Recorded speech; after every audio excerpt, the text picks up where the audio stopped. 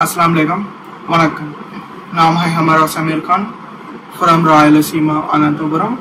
ఈ వీడియోలో చూసుకుంటే మనకు BCAD BCE CE ఈ సిస్టమ్ అలాగే క్యాలెండర్ రిలీజియన్ టైమ్ లైన్ వీటి గురించి అయితే ఈ వీడియోలో చూసేద్దాం. హిస్టరీ చదివేటప్పుడు కావచ్చు లేదా సోషల్ బుక్స్ లో కావచ్చు చాలా సార్లు అయితే మనము వింటూ చదువుతూ అయితే వచ్చాం. BCAD BC అంటే బిఫోర్ క్రైస్ట్, AD అంటే ఎనో డొమిని అండ్ ప్రెసెంట్ డే లో రీప్లేస్ అయితే చేశారనమాట. లైక్ BCE అంటే బిఫోర్ కామన్ ఎరా, CE అంటే కామన్ ఎరా. మనం హిస్టరీలో చాలా వెనక్కి వెళ్తున్నాం కాబట్టి ఇవేం కన్ఫ్యూజన్ లేకుండా BC అండ్ AD అయితే ఈ వీడియోలో యూజ్ చేద్దాం. ఫర్ ఎగ్జాంపుల్ 1000 BC అన్నామంటే 1000 years బిఫోర్ క్రైస్ట్ అన్నమాట. మెయిన్లీ టైమ్ లైన్ అయితే డివైడ్ చేస్తున్నాము using birth of Christ. BC అంటే before the birth of Christ, అలాగే after the birth of Christ BC, అలాగే AD. అండ్ AD ఎగ్జాంపుల్ చూసుకుంటే మనకు 1526 AD అన్నామంటే 1526 anno Domini. After the birth of Christ 1526 battle of Panipat అయితే జరిగింది. For example ఇప్పుడు present time line చూసుకుంటే 2025 AD ఇప్పుడు మనం ఉన్నది. అండ్ యానో డామిని అంటే మనకు in the year of our Lord అంటే మనకు జీసస్ క్రైస్ట్ తర్వాత సంవత్సరం అని. అండ్ ఈ సిస్టమ్ చూసుకుంటే మనకు యూరోప్ నుంచి అయితే వచ్చింది అనమాట. మెయిన్లీ యూరోప్ చూసుకుంటే మనకు క్రిస్టియానిటీ రిలీజియన్ అనమాట.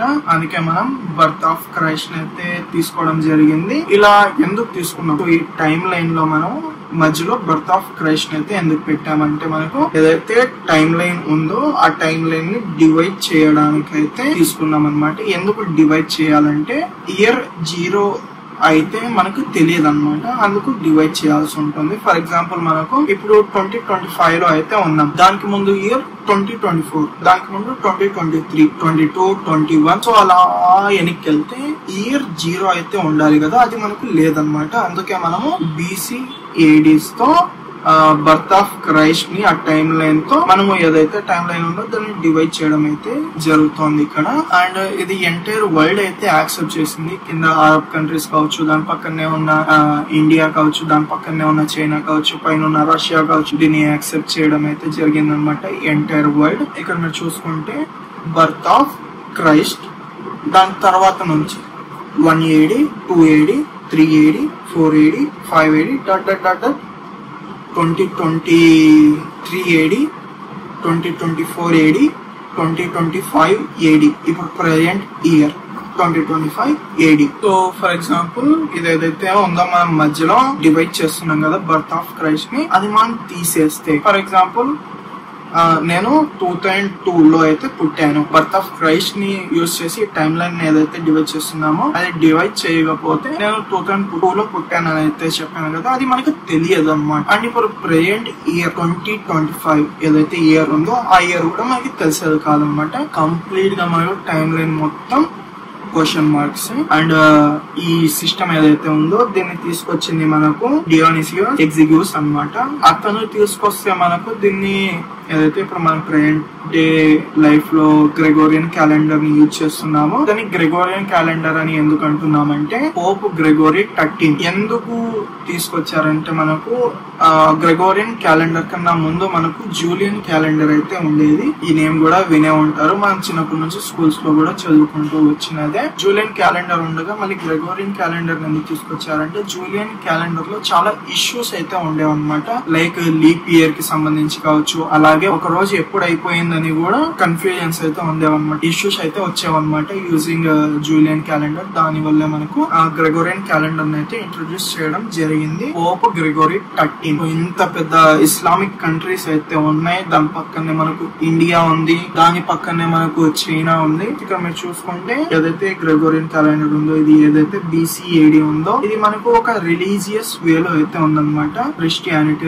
రిలీజియన్. అలాగే ఇక్కడ కింద మనకు ఇంత ఇస్లామిక్ కంట్రీస్ అయితే ఉన్నాయి, అరబ్ కంట్రీస్ అయితే ఉన్నాయి, దాని పక్కన ఇండియా ఉంది. మెజారిటీ ఆఫ్ ఇండియాలో మనకు హిందూస్ ఉన్నారు, దాని తర్వాత అక్కడ కూడా మనకు ఇస్లామిక్ ముస్లిం పీపుల్ అయితే ఉన్నారు, దాని తర్వాత సిక్కిజం ఉంది, దాని తర్వాత బుద్ధిజం ఉంది, జైనిజం ఉంది. సో ఇన్ని మతాలు అయితే ఉన్నాయి. మళ్ళీ దాని పక్కన చైనా ఉంది. సో సపరేట్ గా మనకు రిలీజియస్ వైజ్ కూడా మనకు క్యాలెండర్స్ అయితే ఉన్నాయి అన్నమాట.